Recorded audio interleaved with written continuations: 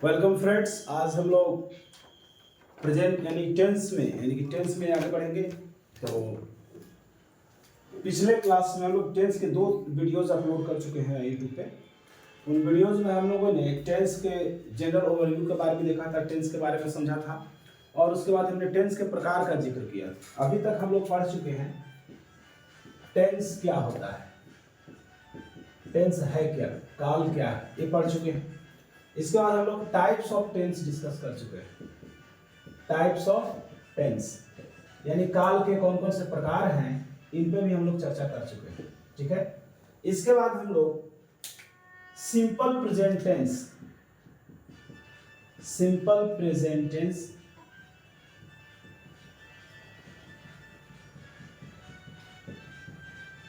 भी हम लोग पढ़ चुके हैं। इन तीनों को जानने के लिए आप टेंस का पार्ट 1 और पार्ट 2 वीडियो देखिए। इस क्लास में मैं आपको सिंपल प्रेजेंट का एक शॉर्ट ओवरव्यू दूंगा, उसके बाद इसका यूज बताऊंगा। ठीक है, सिंपल प्रेजेंट टेंस का एक संक्षिप्त परिचय देने के बाद मैं इसका यूज कहाँ कहाँ होता है उसकी बात करूंगा। ठीक है, तो आइए हम लोग देख चलते हैं, क्लास को आगे बढ़ाते हैं। और क्लास शुरू करने से पहले आप सबों को बता दूं कि अगर वीडियोस आपको पसंद आता है, अच्छा लगता है, आपके लिए अगर यूजफुल होता है, आपको वास्तव में फायदा पहुंचाता है, तो जरूर वीडियो को लाइक करना ना भूलें, क्योंकि लाइक करने से चैनल रिकमेंड होता है और काफ़ी लोगों तक जाता है। तो आपको अगर कुछ फायदा हुआ तो बाकी लोगों को भी फायदा होनी चाहिए, तो लाइक जरूर कीजिएगा और चैनल को सब्सक्राइब भी कर दीजिएगा। Thank you very much. आगे हम लोग बढ़ते हैं। तो सबसे पहले अगर हम सिंपल प्रेजेंट की बात करें, सिंपल प्रेजेंट टेंस, तो इसमें हमने कहा था कि हिंदी वाक्य को पहचानने का तरीका क्या है। हिंदी में वाक्य जो है उसकी क्रिया के अंत में क्या है, क्रिया के अंत में ता है, ती है, ते है इत्यादि लगा रहेगा, इत्यादि लगा रहता है। ये मैंने बताया था। एग्जाम्पल के तौर पर देखिए, जैसे श्याम विद्यालय जाता है, श्याम विद्यालय जाता है। यहां क्रिया है जाना, ये क्रिया है, तो क्रिया के अंत में क्या लगा है, ता है। ठीक है, ठीक उसी प्रकार दूसरा, वे लोग क्रिकेट खेलते हैं, वे लोग क्रिकेट खेलते हैं। ठीक है, तो यहां पर खेलना क्रिया है और आप देख पा रहे हैं इसके अंत में ते हैं, उपस्थित है। ठीक है, इसी प्रकार अगर कहूं कि मैं प्रतिदिन सुबह टहलता हूं, मैं प्रतिदिन सुबह टहलता हूं। ठीक है, तो इसमें अगर देखें तो टहलना क्रिया है और इसके अंत में ता हूं, तो हिंदी वाक्य में क्या होगा, ता है, ते हैं, ता हूं, ती है इत्यादि लगा है। ये हिंदी वाक्य को पहचानने का तरीका। लेकिन ये जो हमने अंत में जो लगने की बात की वो क्रिया में बात की, क्रिया में लगेगा। आप देख पा रहे, खेलना क्रिया है, टहलना क्रिया है, जाना क्रिया है, तो जाना में ता है अंत में लग गया, खेलना में देखिए ते है अंत में लगा है, टहलता हूं टहलना में लगा है। यानी क्रिया के अंत में अगर वाक्य कोई हो और क्रिया के अंत में ता है, ती है, ते है, ता हूं इत्यादि लगा है, आप इंटरोगेटिव भी समझ सकते हैं। देखिए, अगर प्रश्न वाला क्वेश्चन देखना है तो देखिए, क्या वे लोग विद्यालय जाते हैं, क्या वे लोग विद्यालय जाते हैं। देखिए, यहाँ पे क्रिया है जाना, तो अंतरिक्ति है लगा। इससे फर्क नहीं पड़ता कि हम वाक्य जो है उससे हम प्रश्न पूछ रहे हैं कि जवाब दे रहे हैं। किसी प्रकार का वाक्य हो, अगर वो प्रेजेंट सिंपल टेंस का है तो हिंदी वाक्य में क्रिया के अंत में ता है, ती है, ते हैं, ते हैं इत्यादि, ताहू इत्यादि लगा रहेगा। तो आई थिंक अब आप हिंदी वाक्य को तो पहचान लेंगे कि कौन सा टेंस का है, सिंपल प्रेजेंट टेंस का है अथवा नहीं है। दूसरा, अगर अंग्रेजी में बात करें, इंग्लिश सेंटेंस की बात करें कि इंग्लिश सेंटेंस को हम कैसे पहचानेंगे, तो इंग्लिश सेंटेंस में पहचानने के लिए आपको विशेषकर यहां भी क्रिया पर ही ध्यान देना होगा। वर्ब पे, क्रिया को अंग्रेजी में कहते हैं वर्ब, वर्ब के आधार पर पहचानेंगे, वर्ब के आधार पर पहचानेंगे। यानी कि इंग्लिश सेंटेंस कोई अगर दिया हुआ है और पूछ रहा है कि कौन सा टेंस का है, अगर वो सिंपल प्रेजेंट टेंस का है तो कैसे पहचानेंगे? तो सिंपल प्रेजेंट टेंस का होने के लिए वो वर्ब या तो V1 होगा अकेले, वाक्य में सेंटेंस में क्या होगा, वर्ब का पहला फॉर्म होगा, first form of verb only, यानी क्रिया का केवल पहला रूप होगा, या फिर क्रिया का केवल फिफ्थ फॉर्म होगा, फिफ्थ फॉर्म ओनली।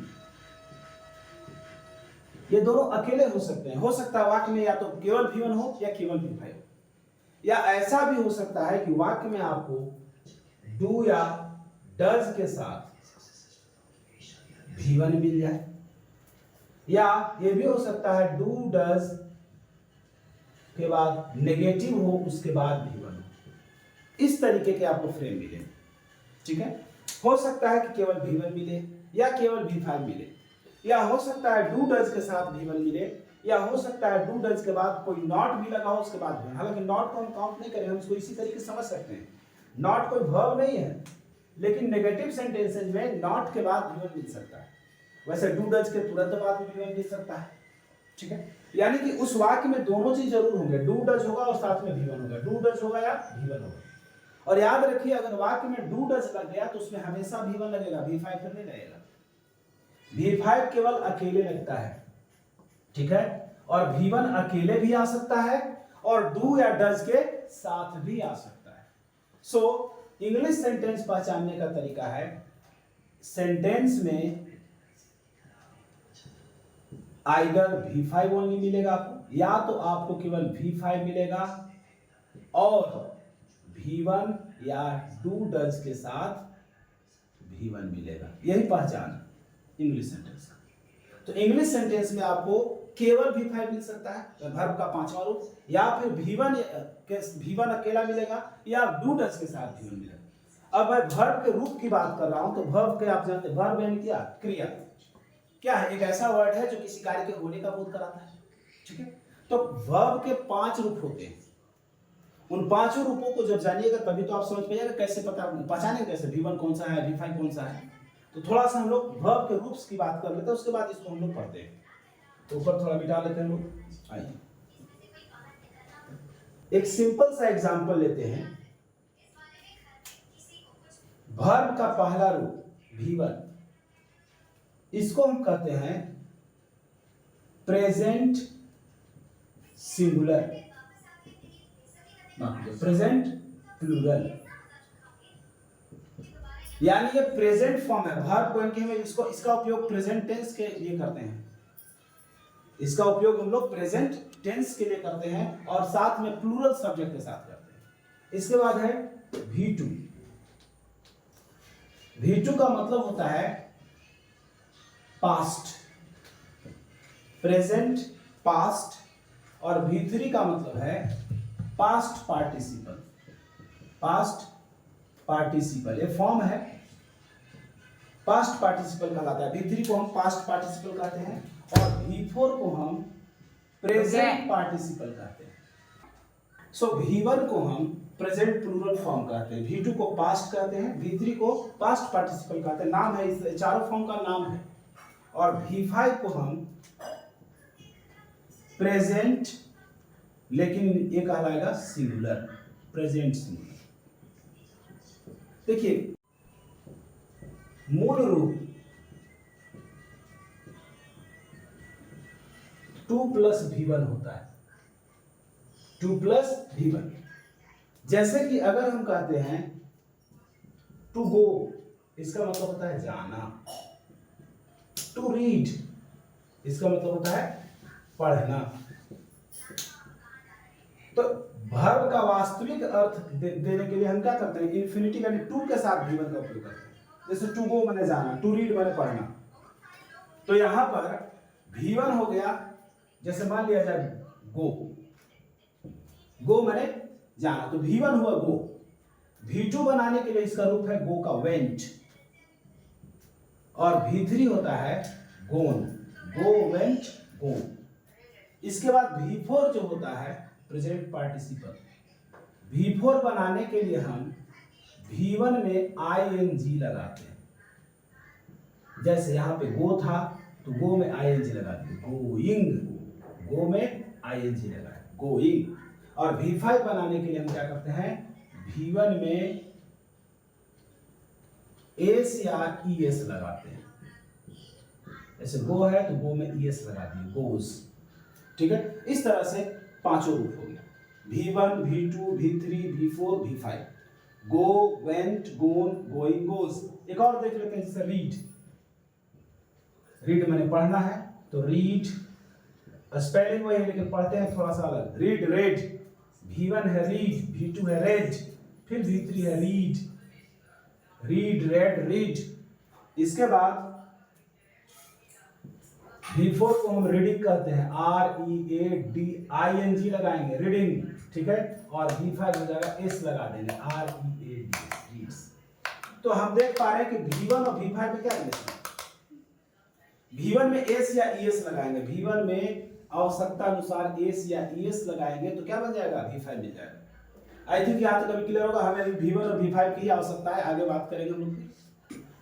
ठीक है, तो यहाँ पर V1 में अगर S या ES लगा देते हैं तो V5 बन जाता है। ठीक है, अब इसी के आधार पर हम पहचानेंगे। जैसे देखिए,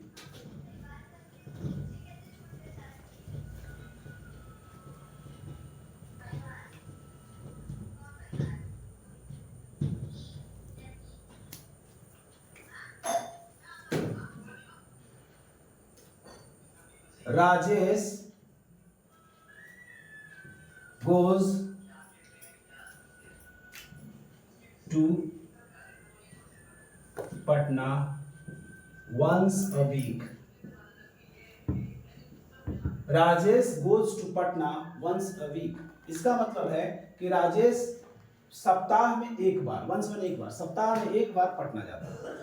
अब इसको पहचानना है कि कौन सा टेंस का है। तो सबसे पहले तो हम इसका वर्ब चुनेंगे। तो वर्ब यानी जाना, तो जाना का अर्थ यहाँ पे हिंदी गोज से निकलता है। तो यहाँ पे गोज क्या है, ये वर्ब है। Goes is a verb. और हम देख पा रहे हैं गोज को जब हम तोड़ेंगे तो बना है गो प्लस ईएस। गोज, गो हो गया V1 और ईएस लग गया तो मिलकर क्या हो जाएगा, ये दोनों मिलके हो गया V5। क्योंकि V1 में एस या ईएस लगाते हैं, V1 में एस या ईएस लगाते हैं तो क्या बनता है, V5 बनता है।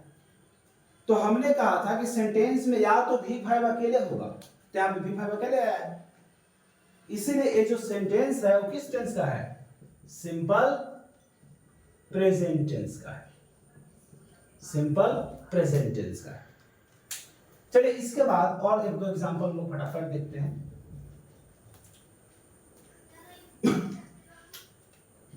Do Ram and his father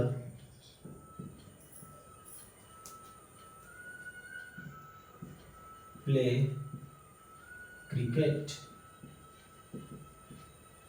क्या राम और उसके पिताजी क्रिकेट खेलते हैं, खेलते हैं? तो यहां पर देख लिया जाए तो यहां पर ये भी सिंपल प्रेजेंट टेंस का है। कैसे पहचानेंगे, देखिए यहां पे डू आया है और डू के बाद वर्ब है प्ले।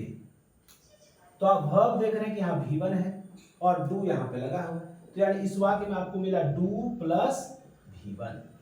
और मैंने बताया था कि वाक्य में अगर डू प्लस V1 मिले तो कौन सा टेंस, ये भी हो जाएगा सिंपल प्रेजेंट टेंस का, सिंपल प्रेजेंट टेंस का होगा। ठीक है, तो इस तरह से हम पहचान सकते हैं डू प्लस V1, या फिर चलिए डज मोहन डज मोहन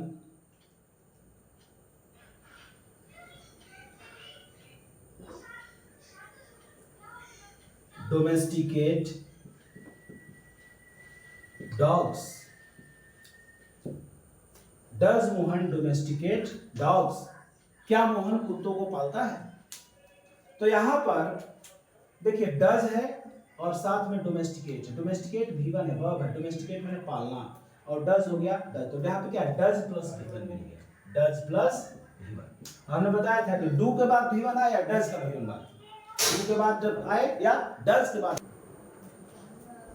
सो हमने कहा था कि डू के बाद V1 आए या डज के बाद V1 आए, दोनों स्थिति में सिंपल प्रेजेंट टेंस होगा। तो यहाँ डू के बाद V1 इस वाले वाक्य में आया है, और इस वाक्य में डज के बाद V1 आया, इसलिए भी क्या हो जाएगा, सिंपल प्रेजेंट टेंस होगा, सिंपल प्रेजेंट टेंस। ठीक है, तो इस तरीके से हम पहचान करेंगे कि वाक्य इंग्लिश वाले वाक्य में हम पहचान करेंगे किसके आधार पे, V1 के आधार पे, V5 के आधार पे, या डू डज प्लस V1 के आधार पे। ये तीन क्राइटेरिया हमारे पास होगा, V5, V1 या डू और डज के साथ V1। ये तीन क्राइटेरिया के आधार पे ही हम वाक्य पहचानेंगे कि वाक्य जो इंग्लिश का सेंटेंस है वो सिंपल प्रेजेंट का है कि नहीं है।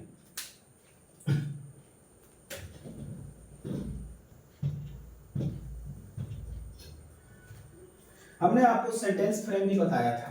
अगर स्टेटमेंट हो, कथन हो, पॉजिटिव या नेगेटिव। स्टेटमेंट दो प्रकार के होते हैं, पॉजिटिव और नेगेटिव। अगर पॉजिटिव है तो बनाने का ट्रेंड क्या है, सब्जेक्ट प्लस V1 या V5 प्लस ऑब्जेक्ट या अदर वर्ड, यही है सेंटेंस फ्रेम। ठीक है, और अगर नेगेटिव है तो है सब्जेक्ट प्लस डू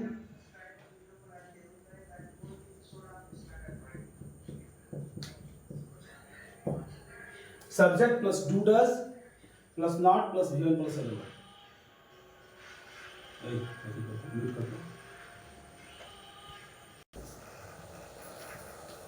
अगर कोई साधारण कथन हो वाक्य तो ऐसी स्थिति में पॉजिटिव अगर स्वीकारात्मक हो, पॉजिटिव मतलब स्वीकारात्मक, यानी कोई चीज को स्वीकार करते हुए कोई कथन हो, और किसी को नकारते हुए नकारात्मक। दो प्रकार का हो, कोई कथन में हाँ का अर्थ हो सकता है या ना का अर्थ हो सकता है।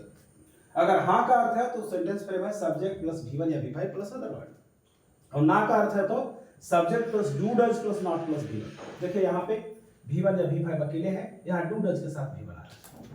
ठीक है, तो ऐसी स्थिति में जैसे एग्जांपल भी एक दो लेते हैं, जैसे मान लिया जाए राम पढ़ता है, तो क्या है, एक पॉजिटिव स्टेटमेंट स्वीकार किया जा रहा है कि राम पढ़ता है, तो इसका हो जाएगा राम सब्जेक्ट, और पढ़ना का होता है रीड्स, राम रीड्स। तो राम हो गया सब्जेक्ट और रीड्स हो गया V5।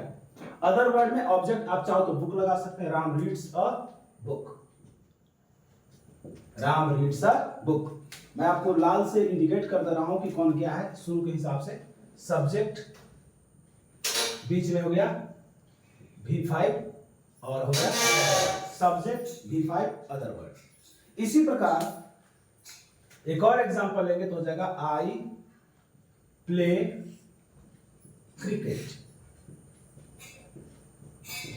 I play cricket. यहां पे क्या है, आई हो गया सब्जेक्ट, प्ले हो गया V1, यहां पे V1 है प्ले, ठीक है, और क्रिकेट हो गया other word, I play cricket. इसके बाद subject plus do does plus not plus V1 plus other word का विचार करते हैं, तो ये नकारात्मक है, इसी को नेगेटिव कर सकते हैं। जैसे राम किताब नहीं पढ़ता है, तो हो जाएगा read a book, Ram does not read a book. यहां पे देखिए राम हो गया सब्जेक्ट, डज और इसके बाद V1, बीच में नॉट लगा है, डज और V1 के बीच में यहाँ पे नॉट है, नॉट, ठीक है, ये नॉट है। तो Ram does not read a, ये अदर वर्ड हो गया, तो राम हो गया, डज हो गया, V1 हो गया, अदर वर्ड हो गया, ठीक है, बीच में नॉट है। तो ये 5 यानी एक क्रम है पोथी का लिखने का, ठीक है। इसी प्रकार अगर आई प्ले क्रिकेट को हम लोग बदलेंगे तो क्या हो जाएगा, I do not play cricket, I do not play cricket, I do not play cricket. तो आई सब्जेक्ट हो गया, डू नॉट प्ले हो गया V1, ठीक है, और यहां हो गया क्रिकेट, ठीक है, अदर वर्ड। तो इस तरीके से नेगेटिव और पॉजिटिव स्टेटमेंट बनाते हैं, ठीक है। तो ये पहला क्राइटेरिया और पहला फ्रेम हो गया, इसको आप माइंड में रखिएगा। एक चीज आप ध्यान रखिएगा कि डू डज का प्रयोग कहां होता है या V1 V5 का प्रयोग कहां होता है। देखिए जहां V5 का प्रयोग होगा, जिस सब्जेक्ट के साथ, कौन से सब्जेक्ट के साथ प्रयोग होगा, जिस सब्जेक्ट के साथ V5 प्रयोग होगा उस सब्जेक्ट के साथ डज भी प्रयोग होगा, और जिस सब्जेक्ट के साथ V1 होगा, सब्जेक्ट के साथ अगर V1 हो रहा है तो उसके साथ डू का प्रयोग करेंगे, ठीक है। तो याद रखना है कि डज V5 या डज ही के साथ, शी के साथ, या फिर ही शी, इसके बाद फिर कोई सिंगुलर नाउन हो, यानी एक वचन नाउन हो, ठीक है। तो उसके साथ हम ही शी इट भी आप यूज कर सकते हो, ही सी इट, और सिंगुलर नाउन, इसके साथ V5 या डज का प्रयोग होता है। रेस्ट ऑल, बाकी सभी के साथ V1 या डू का प्रयोग होता है। ये आप माइंड में रखेंगे, चार चीज याद कर लेंगे, ही शी इट और सिंगुलर नाउन, इसके साथ डज या V5 का प्रयोग होगा और बाकी के साथ डू का प्रयोग होगा। तो आगे आते हैं, दूसरा जो स्टेटमेंट सेंटेंस टाइप है वो है क्वेश्चन।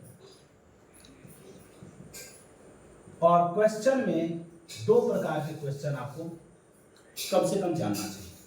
पहला क्वेश्चन है सिंपल क्वेश्चन, साधारण क्वेश्चन। सिंपल क्वेश्चन का आंसर आप यस या नो के रूप में दे सकते हैं, उसका आंसर या तो यस होगा या नो होगा, ठीक है। और इसका फ्रेम होता है डू या हेल्पिंग वर्ब, डू और डज को पहले कर देते हैं, इसमें सिंपली ये होता है। इसका फ्रेम है डू या does plus subject plus V1 plus other word, ठीक है, ये फ्रेम है इसका। लास्ट में क्वेश्चन मार्क होगा, ठीक है। अगर नेगेटिव करना हो तो डू डज के तुरंत बाद भी नॉट लगा सकते हैं या सब्जेक्ट के बाद भी नॉट लगा सकते हैं। तो नेगेटिव करने के क्रम में क्या करेंगे, या तो हेल्पिंग वर्ब को तुरंत बाद नॉट लगाएंगे या सब्जेक्ट के बाद लगाएंगे, ठीक है। तो यहां पर सिंपल क्वेश्चन का उदाहरण देखिए, जैसे Ram, does Ram play cricket, does Ram play cricket, does Ram play cricket, क्या राम क्रिकेट खेलता है। तो देखिए यहां पर पहले डज आ गया, इसके बाद सब्जेक्ट आ गया, फिर देखिए V1 आ गया और क्रिकेट। हमने बताया है कि डू डज लग गया तो केवल V1 लगेगा, फिर V5 नहीं लगेगा। तो यहाँ पे आपको देख रहे हैं डज राम प्ले क्रिकेट। या फिर दूसरा, अगर इसी को नेगेटिव भी करना हो, क्वेश्चन के साथ नेगेटिव भी करना हो तो क्या करेंगे, तो हो जाएगा डज नॉट राम, एक तो डायरेक्ट डज के तुरंत बाद नॉट लगा दिए, does not Ram play cricket. या और क्या कर सकते हैं, इस नॉट को राम के बाद भी ले जा सकते हैं, does Ram not play cricket, ये दोनों चलेगा, does Ram not play cricket. और सब्जेक्ट के हिसाब से डू डज लग रहा है, तो हमने देखा कि सिंगुलर नाउन, राम क्या है, एक सिंगुलर नाउन है इसलिए डज लगा, ठीक है। राम नाम है और एक नाउन है और एक ही व्यक्ति का बोल कर रहा है, इसलिए वो सिंगुलर नाउन है। तो सिंगुलर नाउन के साथ क्या लगता है, एक वचन नाउन के साथ हम डज का प्रयोग करते हैं, इसलिए वहां डज लगा है। दूसरा का जो क्वेश्चन टाइप है वो होता है WH क्वेश्चन। और इस क्वेश्चन का जवाब आप यस और नो में नहीं दे सकते, ठीक है। तो यस नो में नहीं दे सकते, यानी कि can not be answered in yes and no, और ये शुरू होता है WH वर्ड से, ठीक है। जैसे एग्जांपल, इसका फ्रेम है WH वर्ड प्लस डू या डज, इसका WH वर्ड होगा जिसे क्वेश्चन आस्क करने के लिए जो WH वर्ड का उपयोग करते हैं वो रहेगा, plus do does plus subject plus V1 plus other word होगा, ये जनरल फ्रेम है, ठीक है। तो यहां पर जैसे उदाहरण के लिए WH वर्ड में जैसे एक है व्हाट, तुम क्या खाते हो, तो हो जाएगा व्हाट क्या खाते हो, तुम क्या खाते हो, तो इसका जवाब हाँ या नहीं होगा, जो खा रहे हैं उसका नाम बताना होगा। तो यहाँ पे आंसर यस और नो में नहीं होगा। तो क्या का अंग्रेजी होता है व्हाट, और व्हाट के साथ सब्जेक्ट क्या है तुम, तो तुम जो है ही शी इट में से नहीं है और ना ही कोई सिंगुलर नाम है, यहाँ आ जाएगा। तो इसके साथ क्या लगेगा, डू लगेगा।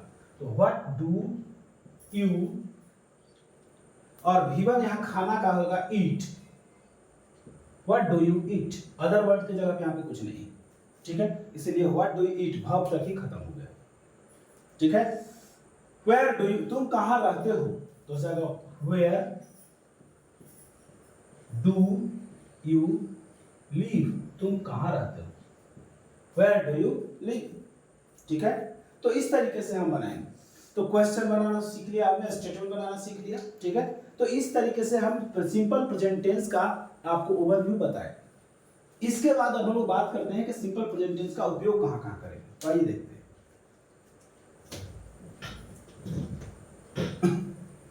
और बाकी डिटेल स्टडी के लिए आप पिछला पार्ट 2 टेंस का पार्ट 2 जरूर देखिए, उसमें आपको डिटेल में मैंने समझाया है कि सिंपल प्रेजेंट टेंस के ट्रांसलेशन कैसे करते हैं।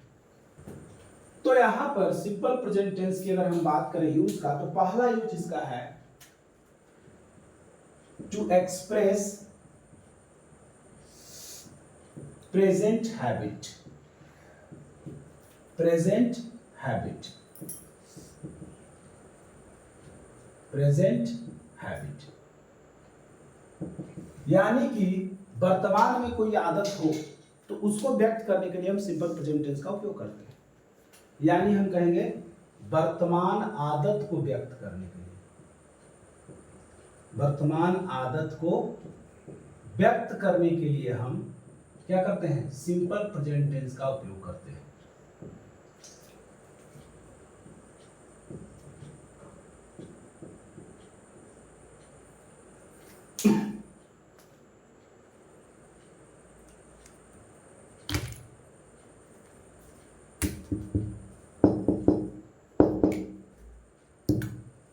तो वर्तमान आदत को व्यक्त करने के लिए हम सिंपल प्रेजेंट टेंस का उपयोग करते हैं।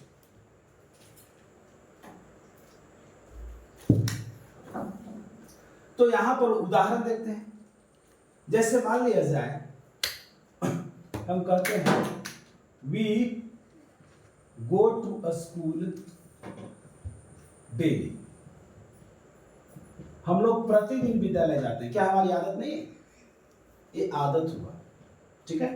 तो आदत को एक्सप्रेस किया है। या फिर कह रहे हैं कि Shyam visits Patna once a month, यानी रेगुलर आधार पे जो श्याम है महीने में एक बार पटना जाता है। तो ये भी एक रेगुलर हैबिट हो गया, आदत हो गया, ठीक है। तो एक आदत है। फिर अगर हम बात करें कोई ऐसा व्यक्ति है जो हमेशा झूठे बोलता है, तो हम कहते हैं उसके लिए ही ऑलवेज टेल्स अ लाई, वह सदैव झूठ बोलता है, हमेशा झूठ बोलता है। तो आप देखिए ये 3 वाक्य हमने लिया आदत है। ऐसे ही आदत वाले सेंटेंस जो अगर कोई ऐसा सेंटेंस हो जो किसी की आदत को व्यक्त करता है, वो वर्तमान आदत, बीते हुए खत्म, जो आदत खत्म हो गया उसका नहीं, जो आदत अभी है उसमें, उसको व्यक्त करने के लिए अगर कोई सेंटेंस हम बना रहे हैं तो उसको हमेशा सिंपल प्रेजेंट टेंस में बनाएंगे।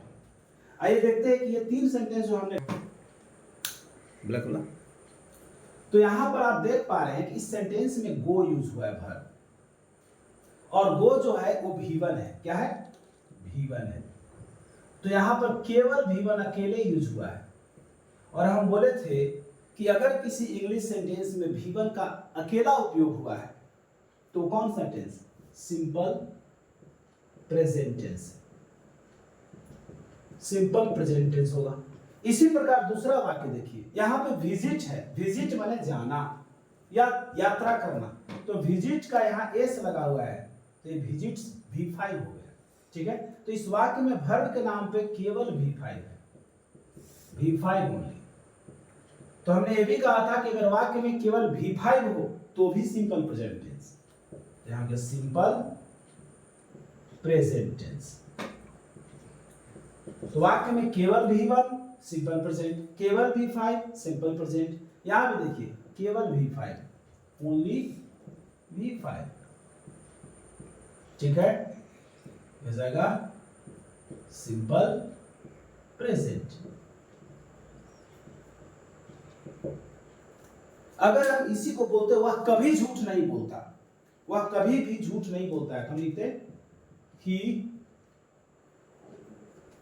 या वह झूठ नहीं बोलता है तो हो जाएगा he does not tell a lie, he does not tell a lie, यानी कि वह झूठ नहीं बोलता है। और अगर हम कहें कि ही नेवर टेल्स अ लाई, तो इसका मतलब है वह कभी झूठ नहीं बोलता है। ही नेवर टेल्स, वह झूठ कभी नहीं बोलता है, और यहां है कि वह झूठ नहीं बोलता है। तो ये दोनों भी आदत ही है, और इस आदत में आप देख पा रहे हैं यहां पे डज के बाद V1 लगा है, तो यहां पे क्या है, डज प्लस V1 है, तो ये भी क्या हो गया, सिंपल प्रेजेंट टेंस हो गया। और यहां पर आप देख पा रहे हैं फिर V5 मिल गया, V5 अलोन, तो ऐसी स्थिति में क्या है, सिंपल प्रेजेंट टेंस। तो जो जितने भी आदत वाले वर्ग हैं, ऐसे कार्य जिससे किसी व्यक्ति के आदत का बोध हो, हैबिट का बोध हो, वो भी प्रेजेंट, तो ऐसी स्थिति में हम क्या करेंगे, सिंपल प्रेजेंट टेंस का उपयोग करेंगे, simple present tense. Second use है फैक्ट्स बताने के लिए, वास्तविकता, किसी वास्तविक इवेंट का जिक्र करने के लिए, टू एक्सप्रेस फैक्ट्स, यानी कोई सत्य बात हो उसको व्यक्त करने के लिए, सत्य व्यक्त करने के लिए, सत्यता व्यक्त करने के लिए।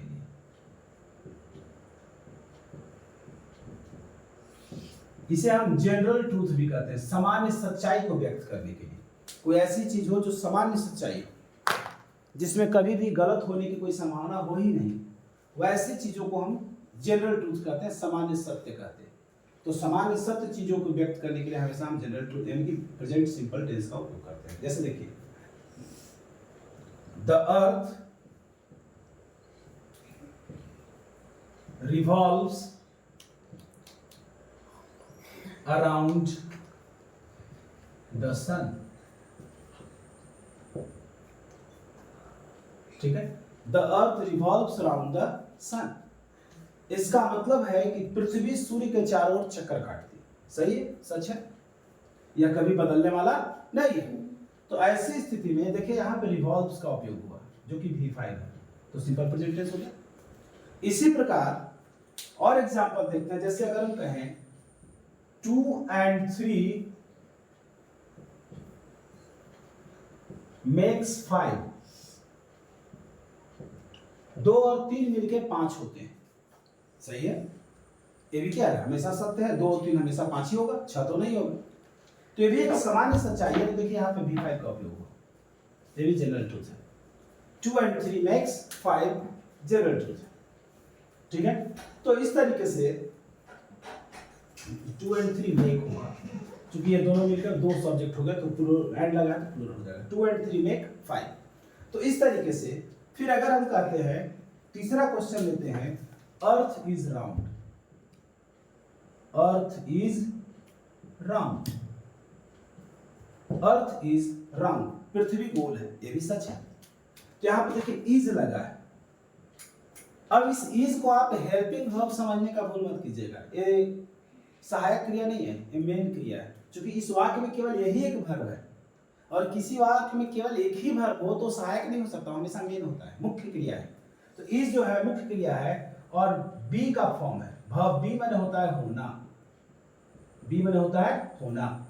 इसका रूप जो चलता है, इसका V1 है एम या आर, इज का V1 है एम या आर, इसका V2 है वाज या वर, V3 है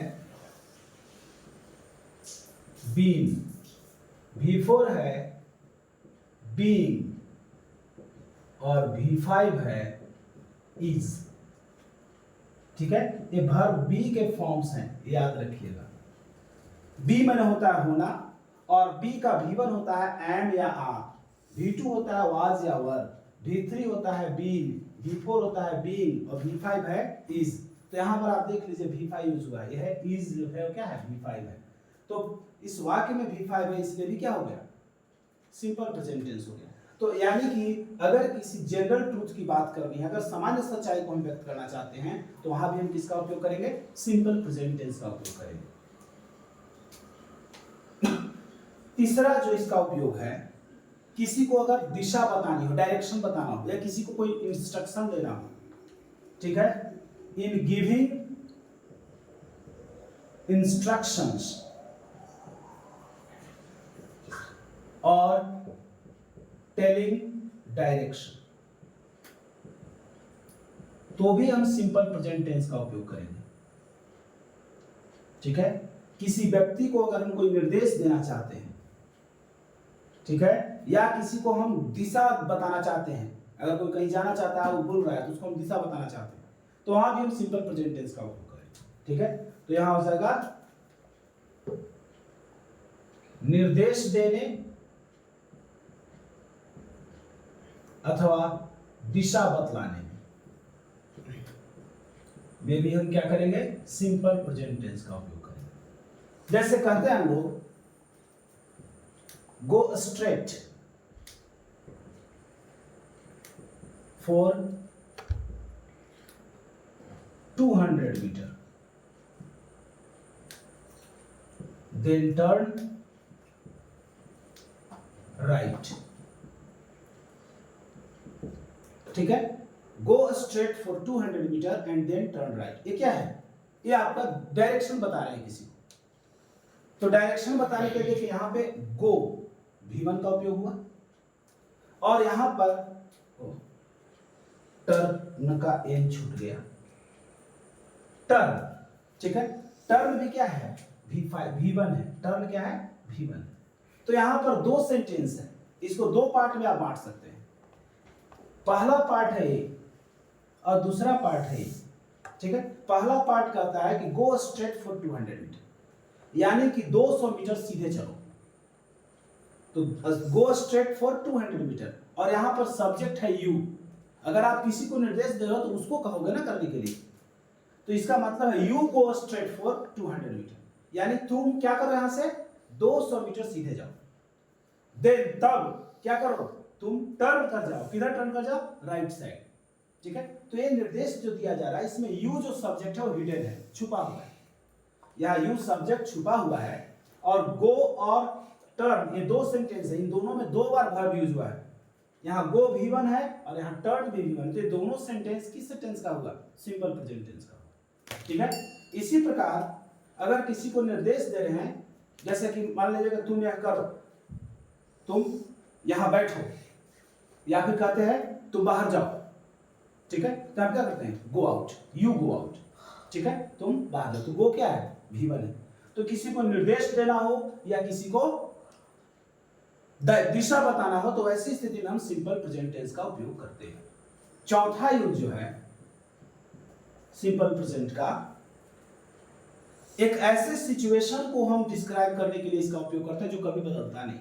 ठीक है, तो टू एक्सप्रेस अनचेंजिंग सिचुएशन और कंडीशन,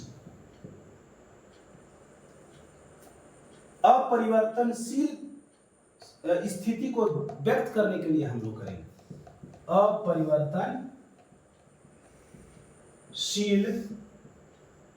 परिस्थिति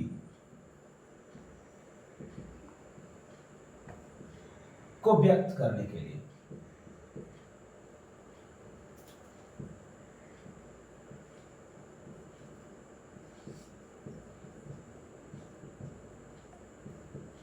अपरिवर्तनशील स्थिति को व्यक्त करने के लिए, एक ऐसा स्थिति जो आसानी से परिवर्तित ना हो, जो लंबे समय तक परिवर्तित ना हो सके, उसके लिए उदाहरण के तौर पे I work in Daltonganj, I work in Daltonganj, मैं डाल्टनगंज में काम करता हूं। ठीक है, तो ये सिचुएशन इतनी आसानी से नहीं बदलेगा, समय लगेगा इसमें। तो काफी समय तक के लिए निश्चित है, ये लंबे समय के लिए ऐसा कंडीशन है जो नहीं बदलेगा। तो ऐसी स्थिति में हम यहाँ पर क्या कर रहे हैं, यहाँ पर हम वर्क का उपयोग कर रहे हैं जो कि V1 है, यानी कि ये सेंटेंस कौन सा है, प्रेजेंट सिंपल टेंस में। ठीक है, इसी प्रकार आप लिख सकते हो I read in 9th class, I read in 8th class, I read in 12th class. तो साल भर के लिए क्या वो स्थिति अनचेंजिंग हो गया, तो साल भर के लिए वो प्रेजेंट सिंपल में उपयोग करते हैं उसका, क्योंकि वो उस एक प्रकार से देखा जाए तो एक लंबे समय के लिए कंडीशन बदलने वाला नहीं है। तो ऐसी स्थिति में हम वैसे चीजों को एक्सप्रेस करते हैं जो कुछ समय, कुछ लंबे समय के लिए परिवर्तनशील है। ठीक है, तो आई वर्क इन डॉल्टनगंज, या दे प्ले इंडियन टीम, जैसे Virat Kohli played in Indian cricket team. इसका मतलब क्या है, Virat Kohli Indian cricket team में खेलता है और अभी यह स्थिति परमानेंट है, कुछ समय तक रहेगी, इतना जल्दी बदलने वाली नहीं है। तो ऐसी स्थिति में जब ऐसा कोई सिचुएशन हो जाए जो नहीं बदलने वाला हो या बहुत मुश्किल हो बदलना, जो अनचेंजिंग सिचुएशन हो, लंबे समय तक के लिए बदले ना, तो ऐसी स्थिति में हम सिंपल प्रेजेंट टेंस का उपयोग कर सकते हैं। इसके अलावा अगर कोई लाइव एक्शन हो, जैसे क्रिकेट मैच चल रहा हो उसका रिपोर्टिंग करना हो, या कहीं कोई और कार्य हो रहा है उसको रिपोर्टिंग करना हो, तो लाइव रिपोर्टिंग के लिए भी हम सिंपल प्रेजेंट टेंस का उपयोग करते हैं। तो लास्ट यूज है छठा, लाइव रिपोर्टिंग को भी हम सिंपल प्रेजेंट टेंस के द्वारा भी करते हैं। तो पांचवा जो यूज होगा इसका, वो live reporting of any event और any match, football match, cricket match, किसी भी मैच का अगर लाइव रिपोर्टिंग करना हो, या फिर कोई घटना जैसे हुई है वैसे ही उसी रूप में उसको एक्सप्रेस करना हो, तो ऐसी स्थिति में हम सिंपल प्रेजेंट टेंस का उपयोग करेंगे। Live reporting of an event, किसी भी घटना का जीवंत रिपोर्टिंग, किसी घटना का जीवंत रिपोर्टिंग करना हो, में भी हम सिंपल प्रेजेंट टेंस का यूज करते हैं। जैसे मान लिया जाए एक मैच हम लोग देख रहे थे और उस मैच में राहुल द्रविड़, बहुत पहले की बात कर रहा हूं, राहुल द्रविड़ स्क्वायर लेग में चौका मारता है, बड़ा अच्छा 60 मीटर तक जाता है। ठीक है, उस समय बॉलर मान लिया जाए कि कोई रहा हो, बॉलर मान लेते हैं कि शेन वॉर्न था, तो क्या बोलेंगे, बोलेंगे शेन वॉर्न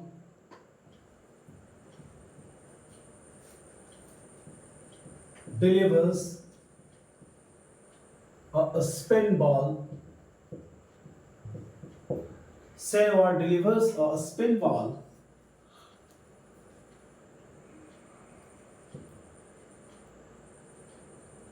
चलो मान लेते हैं Sachin, Sachin comes forward, Sachin comes forward and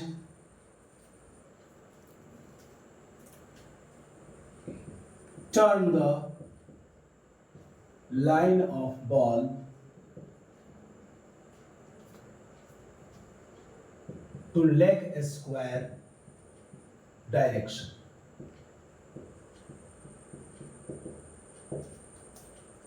The ball hits the boundary.